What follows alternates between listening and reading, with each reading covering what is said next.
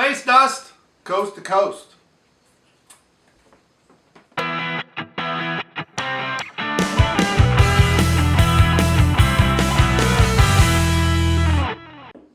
everyone, welcome back to Beer Reviews with Brain Muffin, and here we have from Elysian Space Dust IPA. Now I understand that this brewery has sold out. I don't know how many more of theirs I will do. I just happened to see this at Meijer the other day, and it's experienced by the 15th of October 2019. So it's not too old, and I have quite a few weeks before it's the 15th of October. Now, gratefully, maybe, Meijer has this in it was refrigerated, so maybe it's even going to be fresher than that date would imply, because it's not too far off. And I don't know when this comes out. I also don't know, the delicacies of things and stuff like that. It has, obviously it's sat out a little bit when I'm trying to bring it home. That's part of the problem with it being refrigerated already.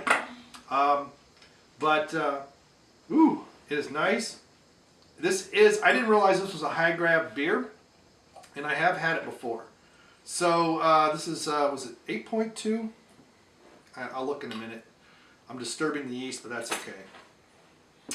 8.2% alcohol. I want to say 62 IBUs. So it should be fairly bitter. And it should be one that really opens up. What I don't know is if I'm going to get any grapefruit or not. The hopping is pure Star Glow Energy with Chinook to bitter, and late and dry additions of Citra and Amarillo. So yes, so there's where it's kind of citrusy. And I usually get earthy tones from Amarillo. But it does have a deep, sometimes with Citra, you'll get this generic citrus, and some people that have very cute noses will get hints of lemon. I never get hints of lemon. That is a good Imperial IPA. And that mouthfeel is something that I've been trying to get in my Imperial IPAs, and I haven't quite reached it. Got a nice cloudiness, almost like a peachy color.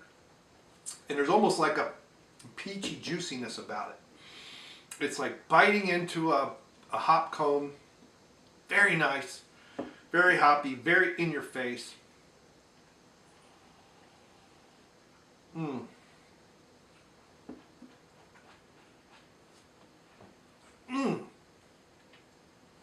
This is what irritates me about former craft brewers like Elysian.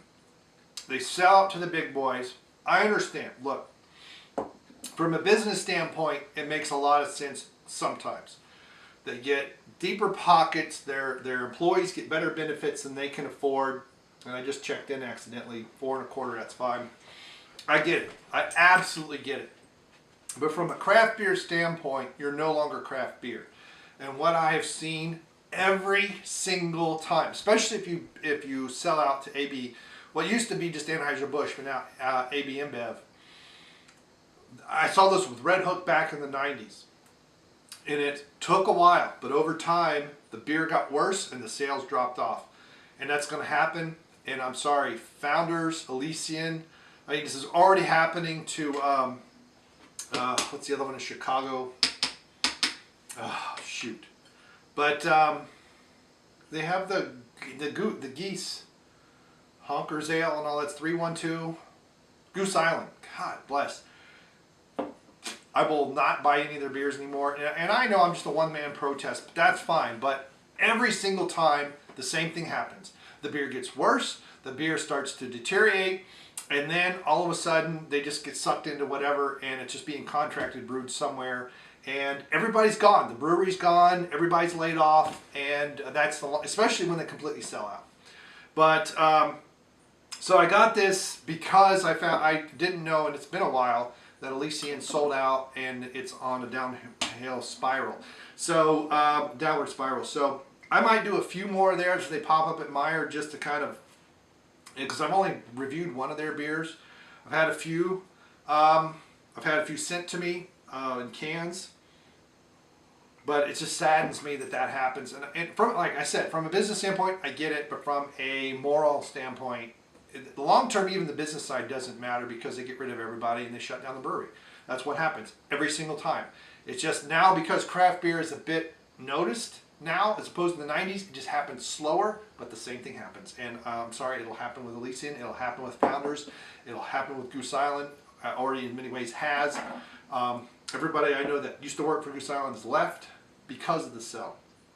And when it first happened, they were like, hey, you know, it's okay, but if we leave, you'll know something's up. Within 3 years, they all left. So something was up. So for now, Space Dust is 4 1/4. It is bitter.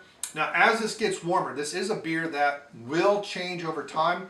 The malts will open up a bit, but it's really going to be still a bitter bomb on the back end because of the Chinook. Chinook is a very bitter hop, and it's almost like hints of pink grapefruit in this. Bitterness from the grapefruit, from the Citra. I love that combination. And like I said, with Amarillo, I always get earthy tones. And they're right there on the nose. It's this earthiness, hint of citrus, you drink it, hint of citrus, grapefruit, hint of orange, and it finishes as a bitter grapefruit. All right, unfortunately, but we'll see how long it lasts. And I would love to, watch it last 20 years, but I don't give it 5. Thanks so much for stopping by. Thanks for clicking a like, and we will see you. Goodbye. Air conditioner is on, and it is loud. Nothing can stop a train, even when it gets to sounding like it's throwing.